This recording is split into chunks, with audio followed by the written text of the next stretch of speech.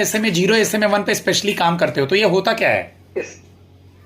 Sir basically हम जो loan sanction करते हैं वो 90 डेज के बाद एनपीए में कन्वर्ट हो जाता है।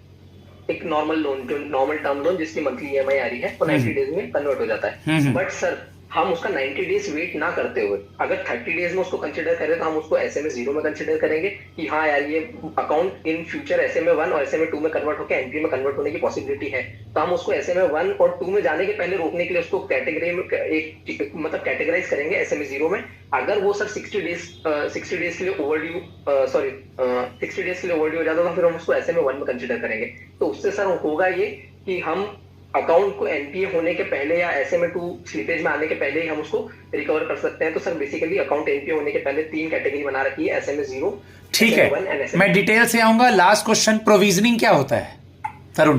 Sir provisioning is basically for example अगर सर कोई हमारा अकाउंट एनपीए मार्क हो जाता है तो डे 1 में हम उसको as a soft NPA treat करते हैं और हम उस पर कुछ 10 to 15% की प्रोविजनिंग करते हैं। दैट मीन्स कि ये पैसा हमारा रिकवर हो भी सकता है, नहीं भी हो सकता है, यानी हम इसमें कंसिडर करते हैं कि हमारा इसमें 10 से 15% का लॉस होने के चांसेस है।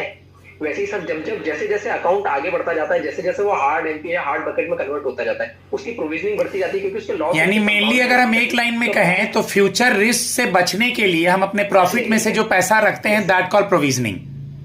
यस सर, पीएनएल पे डायरेक्ट इंपैक्ट ना आए या एक साथ कोई बड़ा इंपैक्ट ना आए, इसके लिए हम छोटी छोटी प्रोविजनिंग करते चलते हैं। ठीक है, इन फ्यूचर हमें कोई लॉस होगी तो हम उसे रिकवर कर। गाइस कल की क्लास का होम एक अच्छी चीज ये है कि यहाँ सब लोग का अलग अलग प्रोफाइल है। अभी मैं सान्या पे आऊंगा, सान्या जो आएगा आंसर देना है, घबराना नहीं है। मैं बस जान रहा हूं, बोला तो कि मैं अभी आपके बारे में जान रहा हूं कि आपको कालपोल देना है, मेटासेंस देना है, पानी चढ़ाना है कि आईसीयू में एडमिट करना है, तभी तो पता चलेगा ना।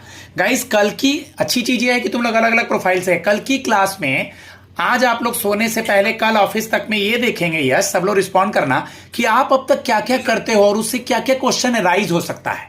ठीक है, तो आज आप लोग आज से कल तक अपना वर्क प्रोफाइल और जिस गवर्नमेंट स्कीम पे आप लोग काम कर रहे हो, तरुण कॉपी में लिखिए, किशन आपका वर्क प्रोफाइल नंबर 1 वो डील करेंगे हम लोग। नंबर 2 कल का न्यूज़पेपर जो आर्टिकल मैं बोलूंगा।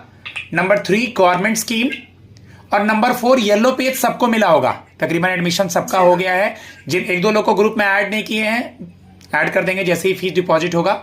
ठीक है, बाकी टेंशन लेने की जरूरत नहीं, बाकी तकरीबन सबका एनरोलमेंट हो ही गया है। ओके, और येलो पेज में से कुछ कुछ चीजों को जानने लगना है। तो 1-2 दिन बाद ही, सान्या भी कह रही थी ना कि मुझे लग रहा है मुझे कुछ नहीं जान रहे हूं, तो 1-2 दिन बाद सबको लगने लगेगा कि हम सब कुछ जान रहे हैं। बस मेरा हाथ पकड़ के रखना है, मेरा डांट खाना है, जितना डांट खाइएगा उतना आगे जाइएगा। ठीक है, लेकिन एक बात वही याद रखना कि आप जो करते हैं अगर आपको वही नहीं पता होगा तो एसबीआई आपको क्यों लेगा। और मेरे यहाँ का ये रिकॉर्ड है कि एसबीआई इंटरव्यू